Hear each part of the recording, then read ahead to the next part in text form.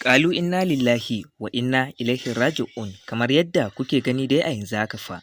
A rana ta biyu rikicin zanga-zanga ya canza salo a ƙasar Najeriya baki ɗaya, inda a yanzu haka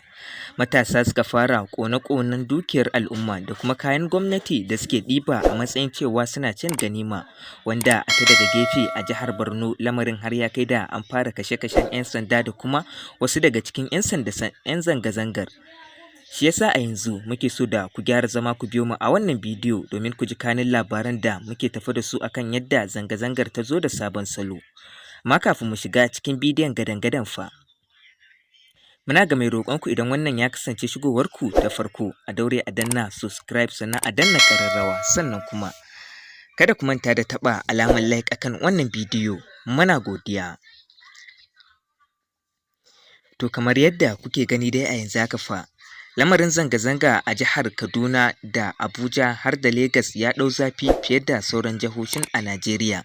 wanda lamarin ya kai a wasu jihohin kamar guda uku nan da muka lissafo muku har ta kai da an fara kashe-kashen al'umma da kuma jami'an 'yan sanda, domin labarin da shafin BBC Hausa ya wallafa ya bayyana cewa mutane guda 20 ne suka rasa rayuwarsu a rana daga jiya zuwa yau a jihar Lagos, inda suka ƙara da cewa a jihar Kaduna da Abuja kuwa mutane 23 ne suka rasa rayuwarsu a jihohin, wanda a rikicin da aka gudanar a yau kuma a jihar Kaduna tare da jami'an tsaro da 'yan zanga-zanga ya jawo cece-kuce a shafukan sada zumunta, domin kuwa mutane 3 sun rasa rayuwarsu a ciki da jami'an tsaro guda 2. Idan kuka lissafa kenan mutane 5 sun rasa rayuwarsu a rikicin da aka yi a zanga-zangar Kaduna. To a ta daga gefe kuma zanga-zanga ta ɗau zafi a jihar Zamfara, wanda har ta kai da kasurgumin ɗan bindiga Bello Turji Kacilla ya fito da yaransa domin shi ma ya nuna alshiminsa akan mulkin Baba Bola Ahmed Tinubu. Shugaban sojoji dai sun gargaɗi mutanen gari da su daina fitowa wannan zanga-zanga, domin kuwa shugaban sojojin ya bayyana cewar wannan zanga-zanga da mutane suke fitowa ba za ta haifar da ɗa mai ido ba. Domin kuwa yau tsawon kwanaki 2 kenan ana zanga-zanga, amma har a yanzu da muke yaɗa muku fa wannan rahoto, shugaban ƙasar Najeriya Asuwaju Bola Ahmed Tinubu har yanzu bai fito ya yi magana akan wannan zanga-zanga da ake yi ɗin ba.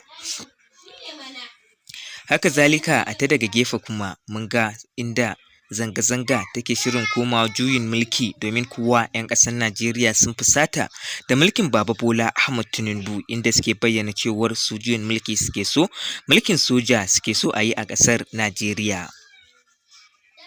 To a ta daga gefe ma dai lamarin zanga-zanga ya ƙara ɗaukar zafi, domin kuwa lamarin ya kai har da an fara kashe-kashe a wasu jihohin a Najeriya. Wannan shine kanin labaran to da muke tafa da shi.